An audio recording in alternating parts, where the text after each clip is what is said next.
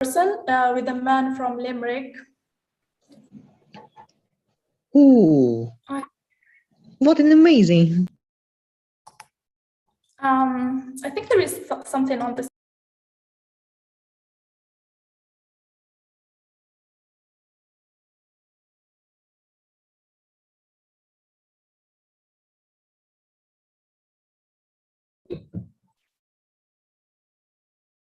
Hello?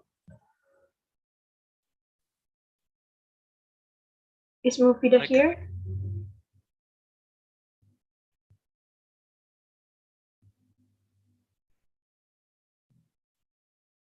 Just sorry. Okay. Behlul is here. Hi, Behlul. Welcome. Hello, thank you for inviting me. MashaAllah. Hello. We are waiting for you, Hello. actually. Wait, where's Mufida? Okay, everyone, while we are waiting, Mufida, here's the second speaker that has already been here, actually. Behlul, maybe I will give you a bit. Yeah, I just want to introduce you a little bit to my friends, to my fellow peers. But maybe later after Mufida back, and then that's you. After Mufida finish, that's your turn to talk about yourself and talk your about the experience, right? Okay, I'll try my best. Yeah, actually, Behlul is doing double degrees before architectures and engineering, civil engineering, and he had already lived in Europe for 8 years, if I'm not mistaken, right? And now he led his own company in Turkey in design and architectures. So everyone, he's really fully booked actually, but he give his best and really enthusiastic.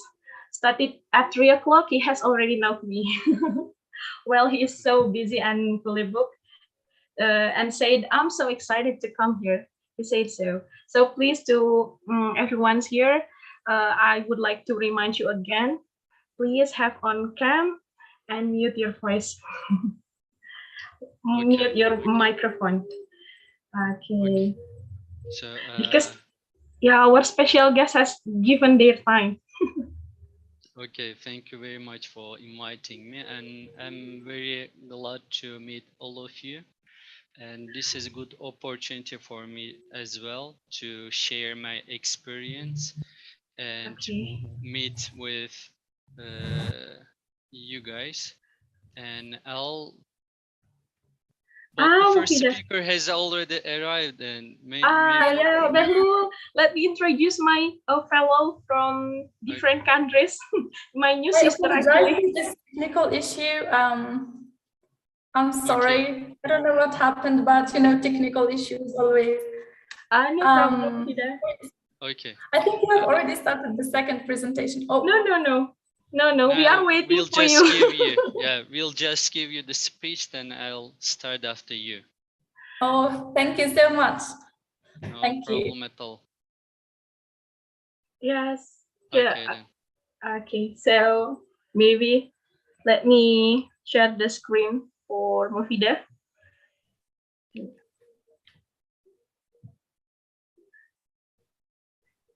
Yeah, just not to keep people waiting. I was talking, and to refresh, I was talking about the kindness of people in Limerick. Yeah, you're right. The hospitality in England, yeah, in your academic life. Yeah, so I shared this picture here with a man from Limerick, and actually he is a journalist, and I really admire journalists and well, everyone who is working on media, like media professionals in general. And this one is one of them, and this is why we took the selfie. So he just stopped us in the street, and he started asking more about our religion, about our traditions as Algerians, and how long we fast. When we mentioned that from the dawn to the sunset, like he was astonished, and he said that maybe I will try this sometime, and like he said that he was proud of us to do this.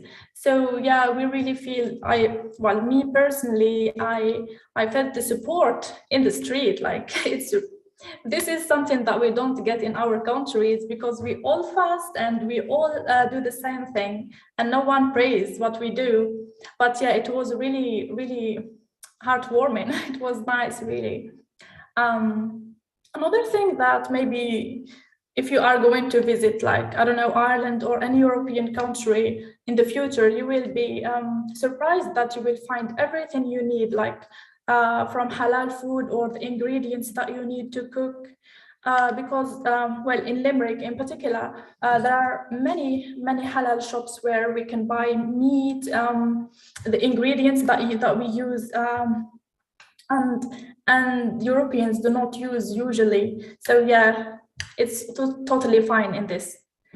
Well, now I will talk about the things that I didn't know about Ireland, and especially in Ramadan. Well, the first thing is the long day.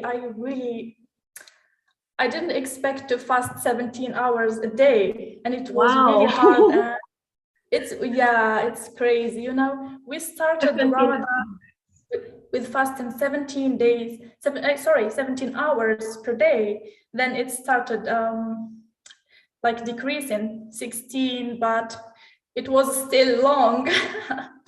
Yeah. And the second thing, which has no relation with Ramadan, but I want to mention that I didn't know about Ireland, is the change of time. Basically, the time changes in Ireland twice a year. Once in October. Last year it was on October.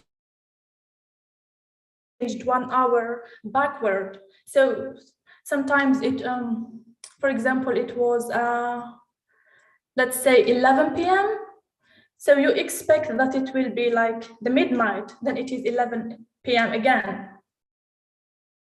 And this is crazy, like, where is the hour of my life? Yeah. And the second time where the time changes is, well, this happened in the 27th of March, like weeks ago. And the time changed 1 hour backward. Basically, it was 11 p.m. Then it is, so you expect that it will be midnight, but it is 1 p.m. So here it was really crazy. And for me, I have an experience. I had to travel to Algeria at the same night, and I was just 5 minutes close to lose everything, to lose the bus, to lose my flights, but Alhamdulillah, I didn't. So yeah, you have to put this in mind, because it's crazy how the time changes. Okay, so the next point I want to talk about is the values I learned in Ramadan in Limerick. The first thing is to care, because I was living with 3 girls, the girls here on the picture. So these are my housemates. And when we lived independently, far from our houses, from our families, it was a little bit hard to live like an independent life in a foreign country. But just to have this word care, we care for each other, we ask about each other.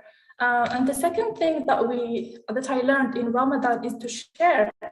When we prepare iftar and we share with each other the dishes that we prepared, and it really feels like a small family. So it's really beautiful.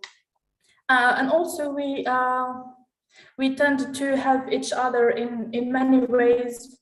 If one of us is sick, or if she needs anything, so we just go and help. These values are, I don't know, I listed them there because I feel that I really learned how to do them. So yeah, and the second, well, something I want to talk about as well is to take the initiative. So each time we have ideas, but we just keep them for ourselves. So from my experience, I learned to always take the initiative. if I have an idea, I go and just say it or share it with another person and try to realize it. So this really resulted in positive ways, because sometimes PhD students struggle with the research or struggle from homesickness, or many things that people experience abroad, especially girls. So yeah, when you take the initiative and go and just ask about someone or suggest an idea or a solution, so this really means a lot to people, and it is like it is rewarded for the person who takes the initiative. Yeah, that's it. So would you like to move to the next slide, please?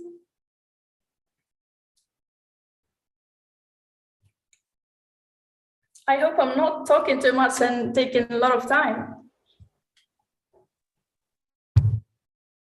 Okay, so after Ramadan, we had Eid al-Fitr, and well, this one was really exceptional. It is, I would say that this is the best Eid al-Fitr in my life, because although despite COVID-19 and the government restrictions in Ireland, the postgraduate union at the University of Limerick, they organized a celebration for us just to give us the opportunity to celebrate this to celebrate Eid al-Fitr.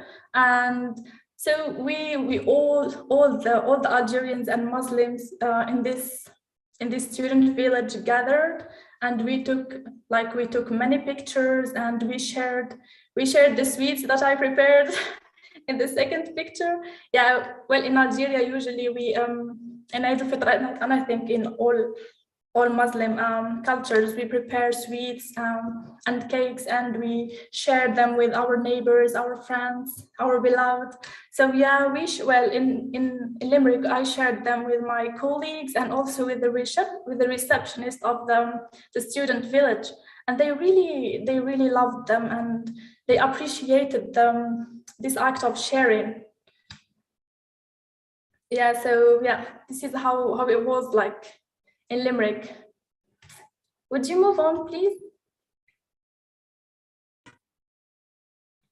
Okay, so now I would like to talk about one of the activities that I am doing in Limerick as a student and as a migrant, I would say. Well, it's Tell Your Own Story Media Project, TYOS. So the caption there, this project aims to promote inclusivity and diversity in Limerick and the Midwest region as a response to racist incidents that took place on UL campus and Limerick City in 2011. So the story here is that one of the Algerian students,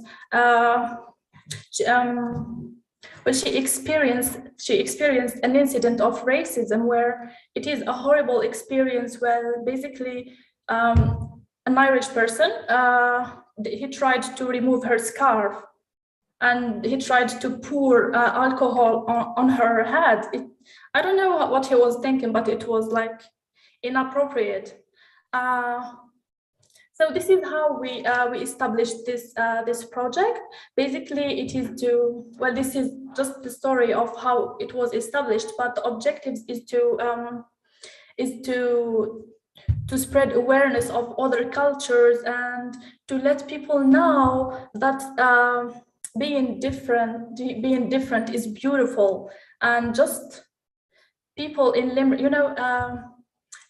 I would say Limerick as a European city, or any other European city that you may visit, they are not really aware that I don't know, other cultures are good, are beautiful, and there is a lot of things to learn about them. So this is our first objective, is just to highlight the beautiful things in each culture and to focus on the positive sides of each person. So we want to, we ask people to tell their own stories, and we will just to publish them or broadcast them in a positive way.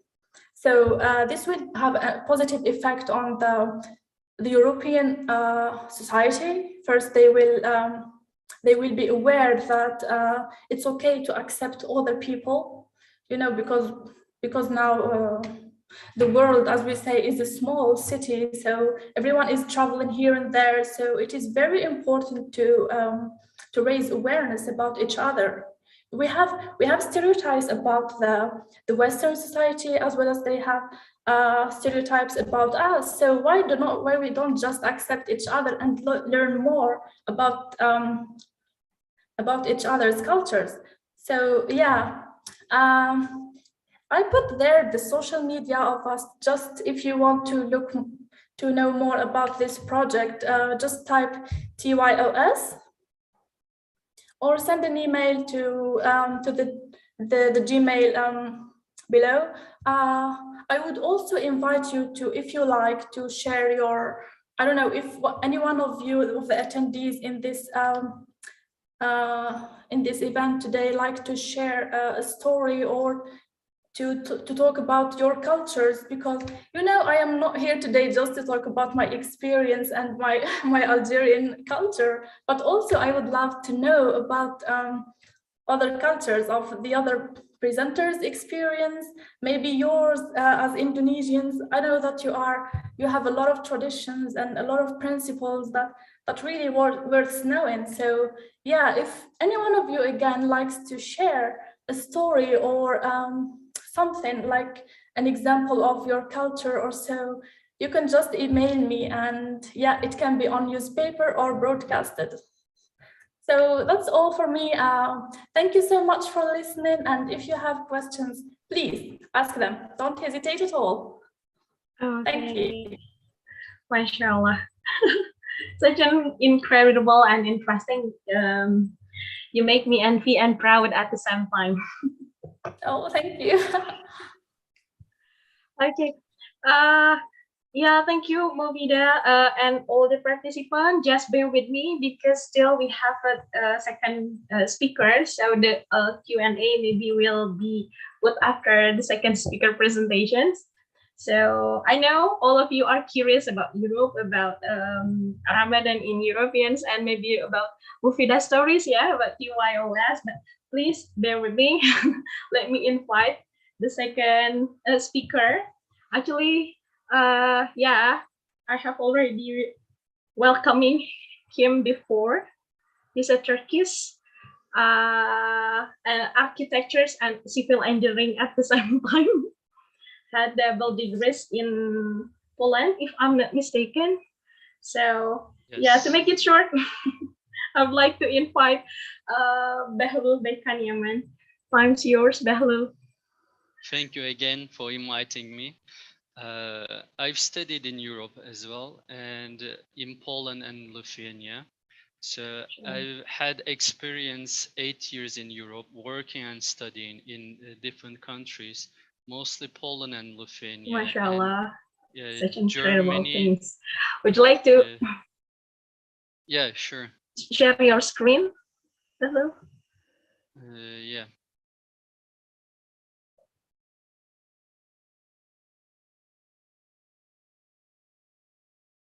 Okay. Can you see my screen now? Hello? Can you guys hear me? Yes. I can see it very well. Your screen. So you hear and see it, yes? So I'll start it. Yes. Yeah. Yes.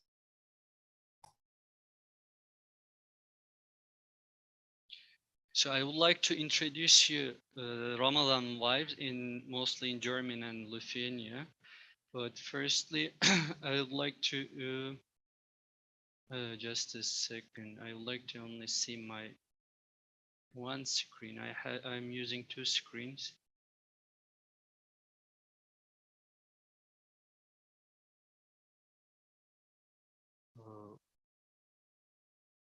Sorry for the inconvenience.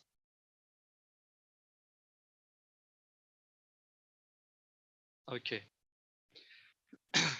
So Germany is, as you know, is the one of the largest European country with population and economically, and there are a lot of Muslim population in Germany.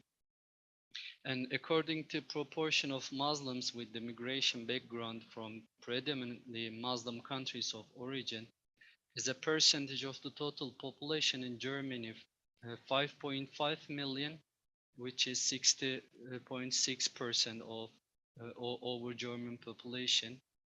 And according to ethnicity is 2019 for 45.1% Turkish, and the rest is follows as Southeast Europe, North Africa, Middle East, and South Asia with Iran. And since there are a lot of Muslim communities there, so there are over 1,000 mosques across country, and those uh, mosques are very essential in Germany to for Muslim country to humble them together, and is also important for non-Muslim communities to break stereotypes and to create mutual understanding languages. And those mosques are familiar ones. And this is the latest mosque in Köln city, designed by the German architect, and it's called DETP mosques. It's that means Turkish Islamic Union for Religious Affairs. This is the one of the largest Islamic organization in Germany, founded in 1984, and it works as a branch of the Presidency of Religious Affairs in Ankara. And this department funds over 600 mosques in Germany. So this is the latest, one of the latest pictures inside the mosque during Ramadan, the praying time. And because of the pandemic conditions, so they are protecting the social distances, and some activities are limited, some events are limited, like earshot chat, talking by imams are held on online, being done in online. I would like to also introduce you the Dortmund city, which is known as football player team Borussia Dortmund, or and the observation tower. They have a very famous observation tower in there. So Dortmund city is just one of the city with the highest Muslim population in Germany. And Ramadan festival is, they have Ramadan festival in the city, and is held in the city every year since 2012. And as you can see on the picture, Muslims who live there and Muslims from the surrounding provinces shows great interest in the event. Even some minor communities, groups from the German people in the town visits the events and enjoy there. So it's the kind of the way of promoting our month, holy month, show our they show our culture, what we do there, how do we enjoy our holy Ramadan, and how do we share our generous to non-Muslim people. And so there are a lot of activities happens in this festival, like cooking, eating, and like animation for kids and adults. And for example, animators for the kids animate cartoon characters, and shadow play performance is very old tradition in Turkish community, and in Germany is also very popular in those festivals. Is the aim of this is make love kids, make love the holy Ramadan for the kids, and bring culture together, like by keeping our culture alive through generation, and made us proud to show the interest and to gain their like non-Muslim country Muslims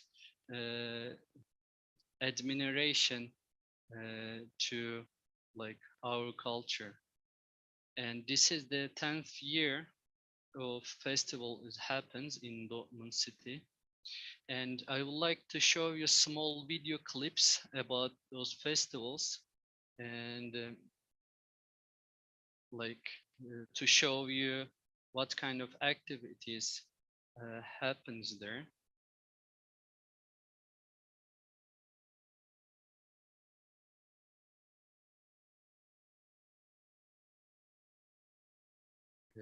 Can you hear me? Because I can't. Yeah, you can hear me. Yeah, we can So, hear your yeah. voice, but it's really in the low voice, low volume. Okay, I'll try to level up my voice. Can you hear me better now? Yeah, we can hear. I can hear your voice, but still a voice. Yes. Okay. Didn't you understand what I've already presented? So okay. Got it. I get it. Okay. We all do. We all do. Okay. I was afraid to hear that you didn't hear anything. Okay.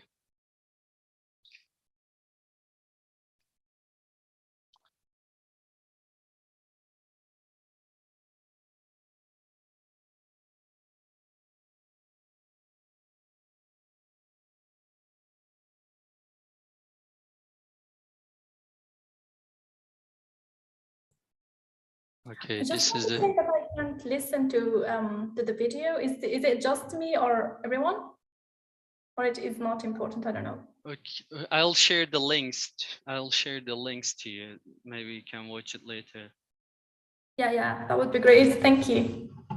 You're very welcome.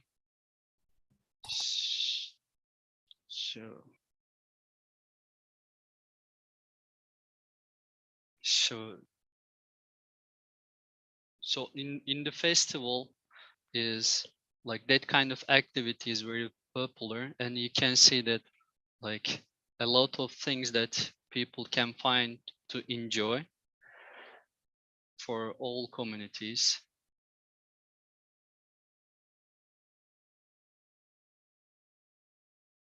So I'll share the links to the chat box. You can watch it later. And yeah, in the festival is like there a shadow play is very popular, and both in Turkey and Germany as well. And like kids really admire on that kind of shows, and especially on Ramadan day, so they are performing that kind of shows. So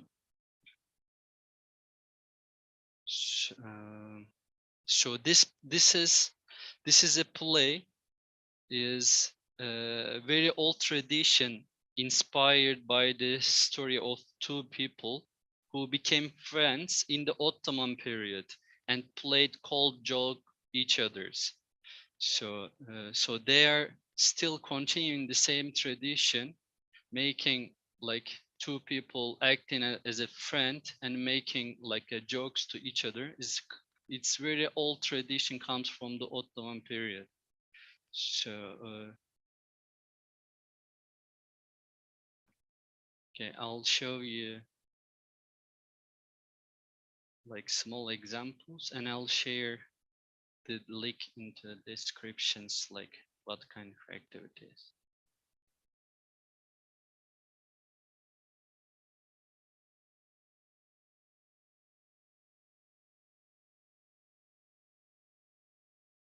So I just wanted to give you the illustration that what they do on the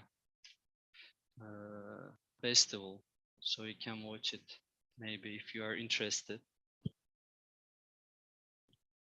Okay, the last but not least is performing military band was also in Ottoman time. It's called Mehter Military Band.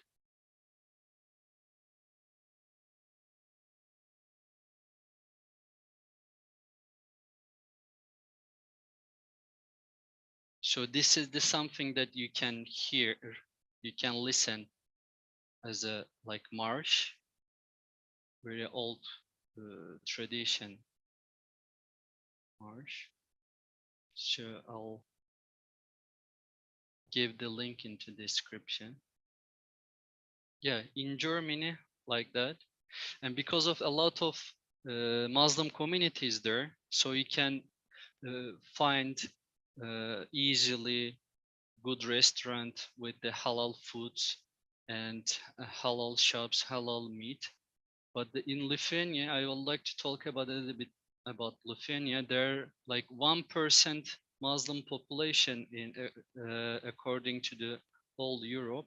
There are not many Muslim community in Lithuania. So historical background is like a few Muslims migrated to the Lithuania, and then the population a bit increased, but they lost their own mother tongue, so they speak Lithuanian, but they didn't lose their identity, like religious identity. So this mosque comes from that period, from 15th century in Lithuania. It's also listed in UNESCO heritage lists, and it's restored recently by the Turkish government, and is a small mosque, and like approximately 200 square meter for the praying area. And as you can see on the Friday times and 8 times, there are a lot of like carpets put outside to pray it, because a lot of people, and the mosque are very small. And as an event, so we used to gather together in the mosque and we eat together. We prepare our food together during iftar time and we pray together. And additional events, authorized people in the mosque, like such as imams, makes like the lessons and give some proportions to the kids, like painting and playing small games during Ramadan day, and also trying to educate Islam. And my friend Mofida told about the racism. So of course there are a lot of mosques and Muslims growing in the Europe countries. Uh, so it's so true, and we have to expect that Islamophobia is also growth, and some people were very uncomfortable with the mosques and hearing Adhan, and like mostly they don't allow to uh, read Adhan in mosques. And thank you. So this is for now. If you have any question, so I'll be happy to answer. Okay, thanks a lot, Behlu. You make us traveling virtually, yeah. I hope I wasn't I wasn't boring. Okay, so okay, everyone, here's the time for you to ask you our distinguished speaker, our distinguished guest. So if you have a questions, you can okay ask. Okay, how many hours? There's a question for Behlul in the chat box. Should I read? Okay, let me read for you. Okay. The first questions coming from Ahmad Hafid Fajrian. I want to ask Mr. Behlul Baikan, how many hours of fasting must be passed there? What are the dishes that are often served when breaking the fast? And what are the challenges that must be faced there while fasting? In Lithuania, we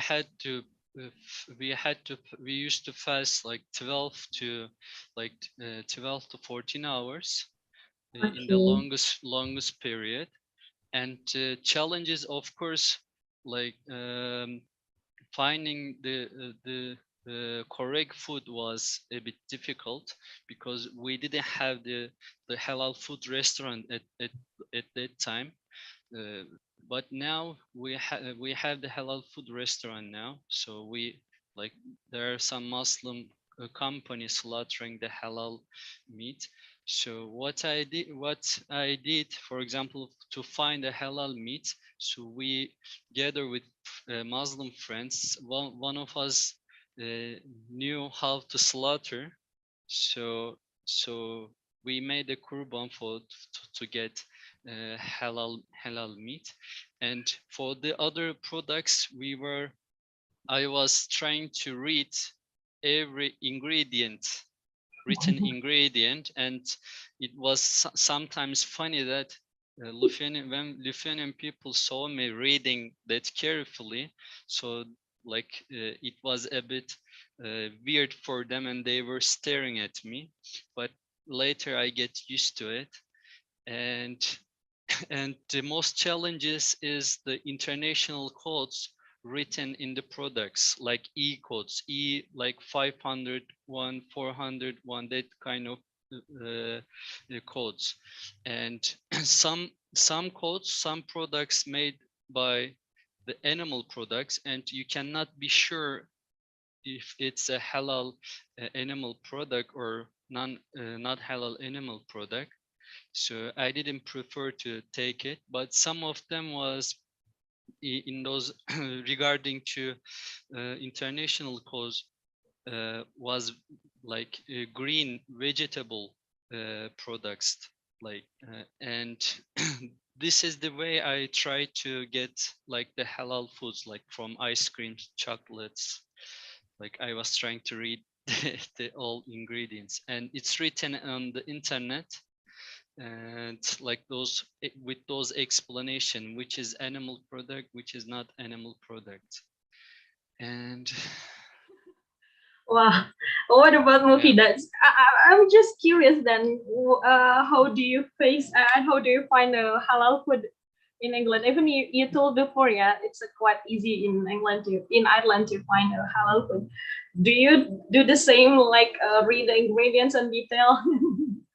Because in Yeah, Indonesia we I do just think, exactly the same thing. Yeah, because the halal food are a little bit far from campus where I was living, and at the end we have to go to stores like Lidl, Aldi, and these like big shops where you find everything. So again, I do the same. I just read every ingredient, and sometimes I use apps we download apps on our phones, and we just like scan the ingredients, and it just appear if it is halal or not. But sometimes it's confusing because especially the ingredients like the pickles where there is vinegar, or so it's not really clear whether the white wine vinegar is halal or not. So yeah, it's a bit difficult indeed. Yeah.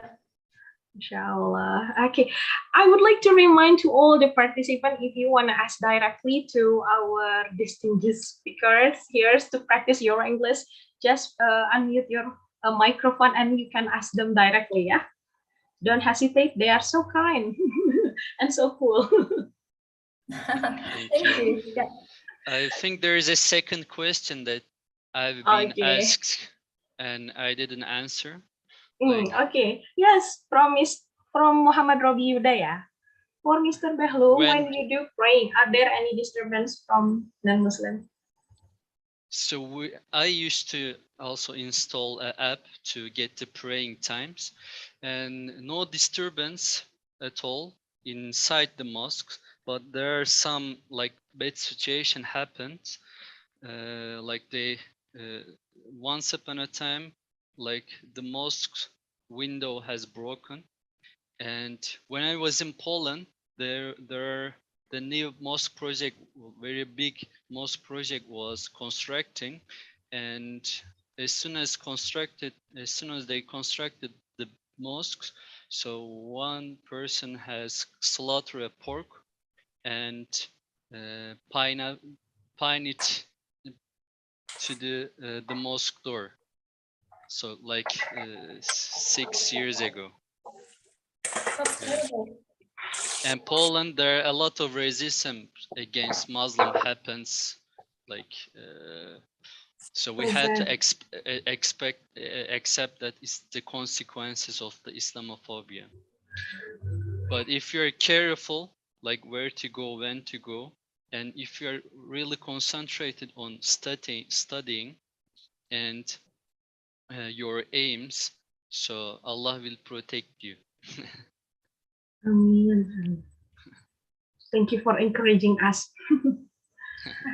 Okay, so So here, never give up. yes. Yeah. So yeah, racism, yes, still existed in Poland, of course. And similar questions, but it is for Sis Mufida. Rizka, Assalamualaikum. Rizka Yuni is here, and I want to ask something to Miss Ben Musa. Are there any challenges occur when you and your friends face racism, especially from those who have extremism's minds? Well, personally, I didn't experience any incident of racism. It's the opposite. I experienced only kindness in Ireland in general, in Dublin, in Galway, in Limerick, and other cities. But other girls, I think they experienced the incidents of racism because they walk at night, and like Irish people say, do not walk alone at night, especially in, in the university we have a river. Yeah, a river across the university. So the place there is so like very nice and people like to walk there. But at night, some drunk people and, they walk there as well. So it's a little bit dangerous. So yeah, this is the only thing that people usually like Muslim girls experience. And I think they didn't have to walk at night at first place. Yeah. So to be clear, if I'm not mistaken, like mostly they are kind people. So everywhere there are bad people and good people. So it's kind of like if you know when to go and where to go, like everywhere has a dangerous place and dangerous time. So if you like there are a lot of Muslims is also going to the nightclubs. So if you go to nightclubs, so you it's obvious that you can finally be involved like that kind of violence. So you shouldn't be there. So this is what I wanted to say. Yeah, this is really important to mention. Yeah, that's true. Yeah. Because like in my what I would say that I am surrounded, like the majority of people I am surrounded with are academics, like students, teachers, professors, or those who live around the campus. And I think they are open and like just accept the other. Yeah. But of course, in other like regions, it's So it happens in everywhere, yeah. When we maybe walk at night alone, sometimes we have to be really more careful.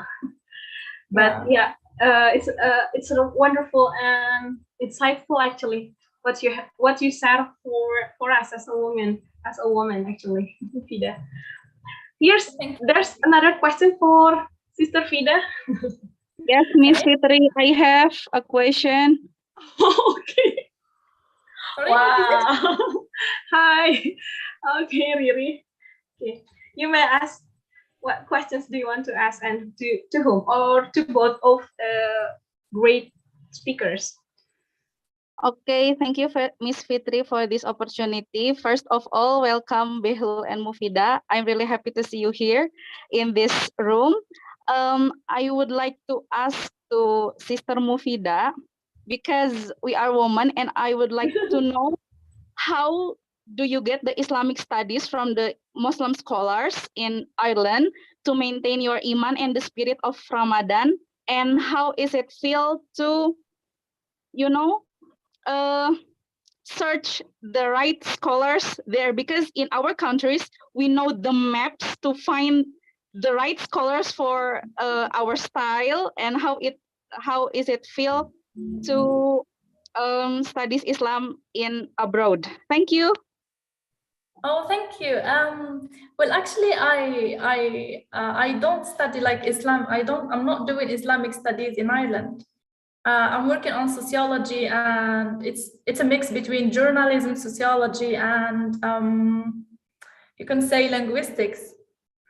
So yeah, basically, I am not really into Islamic studies, but yeah, I would answer this because at the first I was going to work on Islam as a discourse. Sorry, on Quran as a discourse, and this is what in my masters. In my MA, I worked on this, like the structure of Surah Al-Kahf. Then I wanted to carry on the same topic in my PhD. Then I didn't find a supervisor who is competent in this. They don't read Quran, they don't understand it, they don't know Arabic, so even the translation will be challenging for them. So yeah, this really, it was like I had to change my topic into something else. So basically, there are no competent scholars who understand Islamic studies or let's say Quran. So yeah, I think it's worse in Ireland than in Indonesia. Just me. Okay. Yeah, and in terms of practicing Islam and Iman and things, at the university there are praying rooms. So whenever I go to the library, so basically the praying rooms are just in the middle of the campus. So I spend most of the time at the library. So, and I take breaks during the praying room. So for instance, I study from 8 to 1, then at 1 I just take my lunchbox and go to the praying room, pray and take my lunch, then go back again to the library. So yeah, it's really easy to practice your religion there. It's not a challenge at all. Okay, I see. Yeah. I hope I answered your question. It's really interesting to talk about. Yeah, because in Indonesia we have like Islamic studying sessions as our extra class or extra course. Maybe that's why Riri asked about that. Yeah, extra. No, it's okay. Yes. Even for example, we take English education department, but still we learn extra course on Islamic studies, something like that. Okay. Well, we don't have this even in Algeria, so it wasn't something different for me just to have it in Ireland. In Algeria, we don't have that. Like, if you are studying sciences or engineering or, I don't know, languages, you just focus on that. We don't really have, like extra courses about Islam. Yeah, so this is a very good thing to know about, like, it's a good thing for you to have. Really. Yeah, thank you. What about Behlo? Do you want to say something? I just said I agree on that. I agree on. What do you agree anyway? Like, I agree to study another subjects as well. And it is important, very important to study Islamic scholars, but in addition to like add some other measures would be very helpful for the Muslim country to develop ourselves better. And according to the city's question, I wanted to add, there are some private universities has masjid in Europe. For instance, when I get to in Poland, it was Warszawski University was based, has an option to give two diploma, which based on Yale University in England and Poland, and this was the also American university. It has a masjid inside the university. Like, there are some also like respectful opportunities from the other communities like that. I don't know if you have it in Ireland. Mufida? Well, to my knowledge, I don't think that we have it, like at least at Limerick. I don't know, but I was just thinking that I must search, make like research and just make sure if we have this or not, because it's really interesting indeed. Yeah. Yeah. We are the international students, so we actually have right to pray during our prayer time. So if we look the aspect of the human rights, so I see. I see what the Bahulu means. Thank you, Bahulu. Thank you, Vida. Here's one more question. Still. Okay. Can I, ma'am? Sure. What's so many questions? Farhan, sorry, Okay, Farhan. Yes, aku Farhan. pakai Hima Persis. Oke, Assalamualaikum Mr. Yaman and Miss Ben Mousa. alaikum salam. I have a questions, but for your information, I really like food. Yes. And so I'm curious what kind of food that be the hallmark of Ramadan in Algeria and Germany. We all have that as sunnah food, right? But in Indonesia, there are mandatory foods, namely kerupuk mie, gorengan, tutut, etc. Okay, what kind of foods that be the hallmark of Ramadan in Algeria and Germany? I think that's all. Thank you. Thank you, Farhan. So, typical food that you usually have for your fast breaking. Well, I will give the opportunity to Mr. Bahlu to start. If you like. Okay. Sorry, once again. He asked about the food that you prepare and like to eat in Ramadan in Germany or in Turkey, I think. Yeah, it's like typical food. Yeah, special food that you have. In Germany, kebabs, like pizza kebabs, they have like that kind of different pizza made from kebabs. In Lithuania, like student foods, pasta, soup. Yeah. The pizza sounds more better, I think. Yeah. Yeah. Okay. So for me, well, in Algeria we have like a vast menu of but basically like the most typical dish that we prepare basically every day, or let's say 70%, like in Ramadan, is kind of a soup. It is made with wheat. I don't know. It's close to burghul. Do you know burghul? Bulgur or things like, I don't know how to pronounce. Yeah, we have the same food, bulgur. Yeah.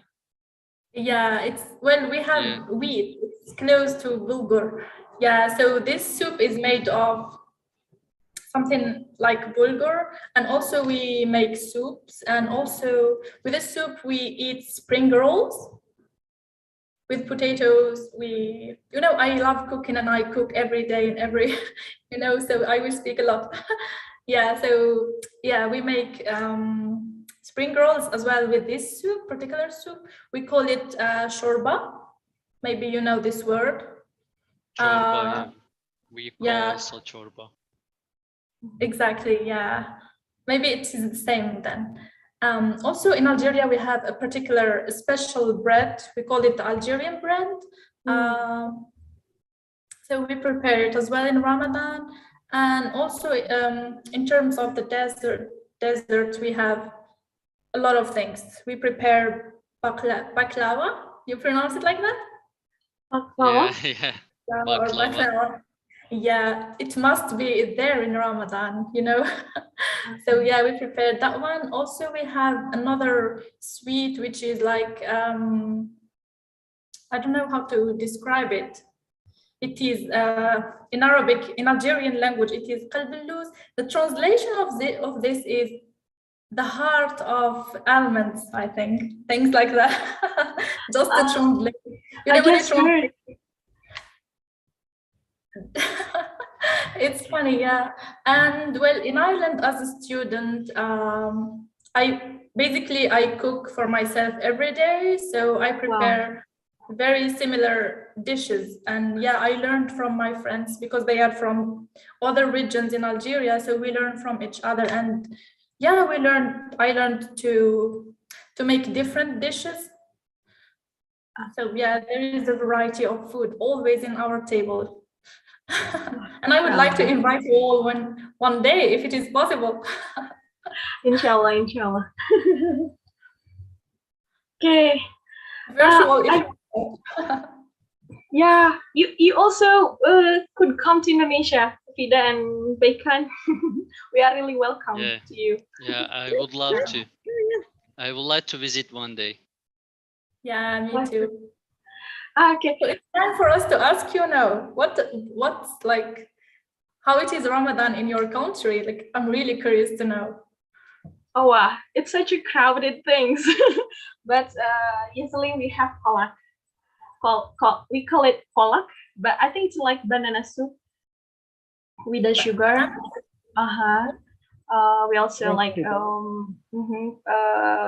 like fruit soup. It's like mango all in one with the milk and syrup. That's those things that we usually have in our fast breaking time. Actually, if you come to Indonesia, because we have a large this is a large country, so every tribe has an own typical foods. Every tribe has an own typical food, and you can taste so many various food from our country. It's really love if I can serve the food for you. Oh, that's kind of you. Thank you so much. Yeah, we must do it one day. Yeah, I would like to make a midnight soup too. Not really, actually. Okay. There's a questions. Do you mind if you still to actually the time is almost over, but still questions for okay, yeah. Mufida and Behlul? How did you live such a long Ramadan there? Because in Indonesia we just only have 12 hours. Okay. And how do you have a productive time to run this Ramadan? Yeah. First of all, like I studied architecture. That means that you have a lot of sleepless day. You don't eat, you don't sleep. So you only study. So that means that you get used to living that kind of situation.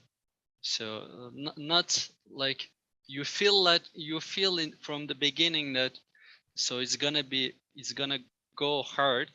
But when you start, so eventually you get used to stay in that long period. Like somehow, like it happens, you don't feel it too much. And one advantages is the weather is not too hot. And I think this is the advantage, even in that long period. When it hots, for example, like past years in Turkey, in Ramadan day was very hot, so it was much harder to fast that period with the hot. Indeed. And that's from Behlul. What about from Mufida? You said 17 hours, yeah? It's never happened in Indonesia. It's really long. Well, in the first day, the first day was really difficult, and I spent most of the time like sleeping. And the second half of the day, I was just walking around in campus. So yeah, it was like, and as Bahlul mentioned, the weather in Ireland as well is really cool. It rains all the time. So yeah, this helped a lot. Then, you know, day after day, I got used to fasting 17 days and the time started to increase. To decrease. So the day we started fasting less hours. Yeah. But what is the second part of the question? How you have a productive time? Yeah, so yeah, I really had a lot of plans on my walls, and also because I had assignments and deadlines. So usually I study at night. I don't sleep at night at all because I don't really want to stand all that day, like hungry and wanting tea and coffee and, you know, sweets. Wow, cool. So yeah.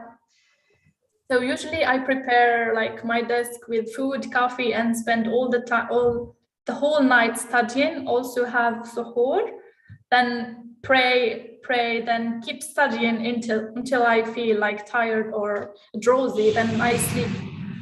Till you 4 hours. overslept, yeah. Yeah, then I wake up like in the midday sometimes just to study again or to prepare food. Yeah, so this is how I manage this. Mufida always study and Behlu always work. So we have such a really wonderful guest to make us never be a lazy person. Yeah. Yeah. Yeah. Don't try to be a lazy person. Then. Okay. Yeah. The last questions.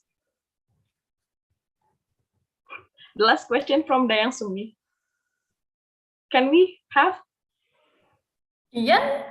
What's the Are next? non-Muslim in European countries tolerant of Muslim who are fasting? For example, not eating in public places. I don't think so.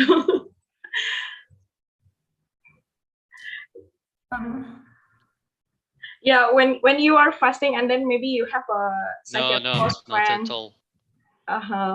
Are they still eating in front of you, or maybe they try to respect and hide, or yeah? Like very few of them in my experience, but because they don't know how, like, what they means to them in their homeland. Maybe they would understand you if they would in your country, because they would get to know some of information before they come. In Turkey, it happens usually, like tourists comes, for example, in Ramadan day, they know that like we are fasting. They make a research before they come, and they prepare and they respect them. But when you are in their country, like like majority of the people like don't know the meaning of the Ramadan, so that's why they might be eating in front of you. Yeah, I see. Yeah, I would say it's the same in Ireland because people are just not aware that we are fasting. They don't know that it is Ramadan at all. So they eating as usual. And I think this doesn't bother me at all. Like the food is always in front of me in the kitchen. Why would it bother me to be in another person's hand? So yeah, it's okay for me.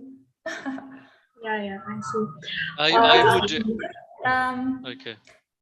To ask Mr. Bahlul about Turkey, as I think it's a Muslim. Yeah, you mentioned that people fast in Ramadan as well. So usually are the shops and the restaurants, not the shops, basically the restaurants closed in Ramadan in Turkey. Like nowadays, not all restaurants are closed. Some of them are closed. You can still find people who are not fasting still. And like yesterday, I went to downtown with a bicycle, and I wanted to like check the restaurants if it's still open. Are there like how many people are fasting or not? Because it was a like pedestrian street, and one of the very crowded street, and like you can find plenty of people are not fasting. Yeah. So maybe tourists or foreigners, or they or they are Turkish? Like, yeah, even from locals, even from Turkish. Hmm. Yeah, you can Okay. find people who are not fasting. Okay, yeah, I understand. This is the same situation in Algeria. Okay, some situations in Algeria. How In about Indonesia- in Indonesia? They still try to hide, even they are open. So not really straightforward, but they are open. Some people come, but they try to hide it. I wanted to share one of my memory with my Lithuanian friends. I would try to explain them how to fast, and some of them really like me, and we have good relationship with non-Muslim friends as well, and they were really respectful. Like one of them is offer me to, like, by knowing that, like, do you want to eat meat in the, like, restaurant, to school restaurants? So I would try to deny it by kindly saying that, so I don't prefer eating meat if I'm not cooking. So if I would say that no, we don't eat, so we never eat if it's not halal, so I knew that he was gonna try to, like, abuse me. I knew it, I felt it. So I said that, so I don't eat it if I don't cook it. So this is also way to, like, to kindly warn the non-Muslim friends not to, amuse them. That's a Okay. good technique, yeah.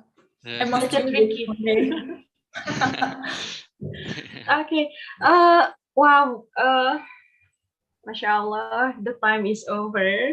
But if you don't mind, we wanna have some memories. So we're gonna to take a pictures with Fida and Behlu. So Okay. everyone, if you don't Sure, mind, please definitely. on cam. And Yeah. maybe Farhan, would you like to help us? Is Farhan here? Okay, a minute. Thank you. Could you also share with us? Sure, we're gonna share. Thank you. I really enjoy the conversation, and thank you Okay. for inviting us. Such a great pleasure to have Behlul and Mufida here. Thank you so much, and it was really informative. I learned a lot from the presentation of Bahlul and also from about Indonesian culture a little bit. So yeah, it's brilliant. Maybe you should organize something else and you tell us about your culture. Inshallah, inshallah, coming soon. I also hope- enjoy from your presentation as well, Mufida.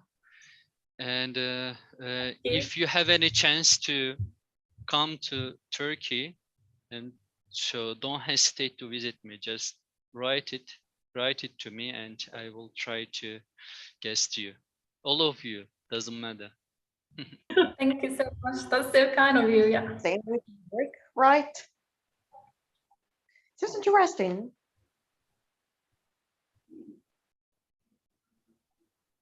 Okay, Say it again. that's all.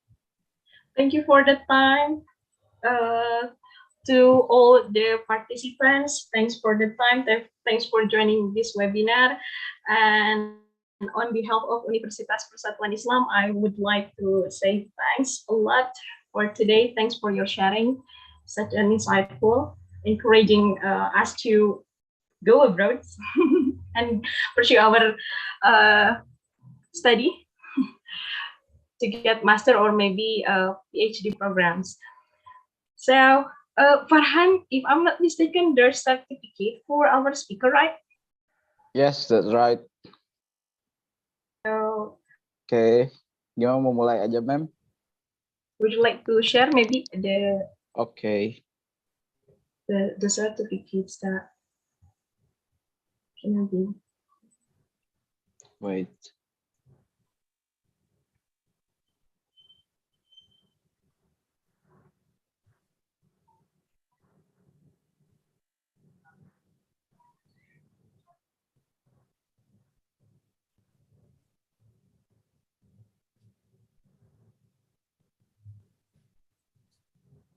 Jangan gini deh. Here's for Vida, and I hope there's no. If it's something that you should have to correct, just let me know. This is for Mufida, and Yeah, my name is just double S and double F. Okay. yeah, Double F. Yeah. Okay. Sure. that's brilliant. I didn't know that we will have certificates. Thank you for that. And for Bahlul? Thank you very much.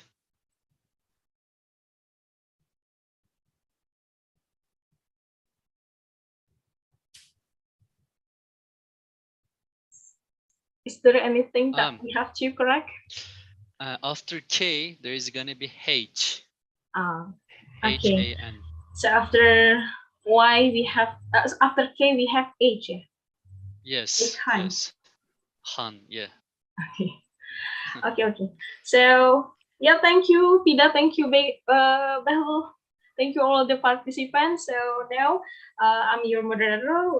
Let me close our event today by saying Alhamdulillah together. Alhamdulillahirabbil alamin. Have a great time, everyone.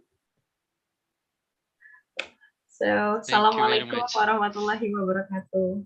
Assalamualaikum warahmatullahi wabarakatuh. Happy Iftar for all. Thank you, Indonesia's everyone. coming, yeah. Thank you. Bye-bye. Bye. Thank Bye, you. everyone. Thank you. Ya. Have a good time, everyone. Bye.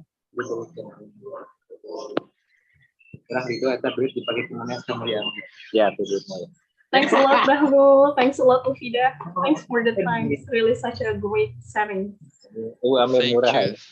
Thank you very much. Hope to have a great Ramadan. I mean, you too. Emang itu guys.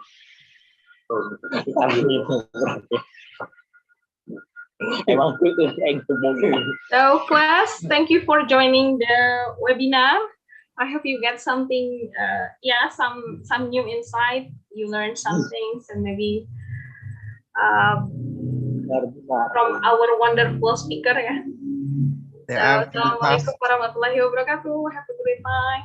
Waalaikumsalam warahmatullahi wabarakatuh. Waalaikumsalam warahmatullahi wabarakatuh. See you later. Well.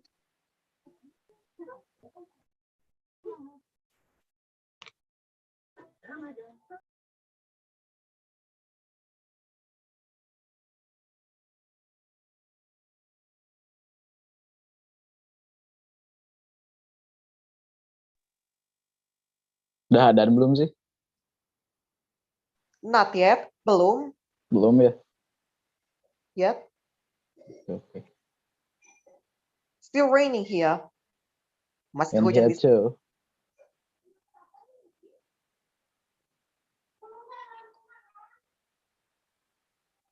Aku end ya.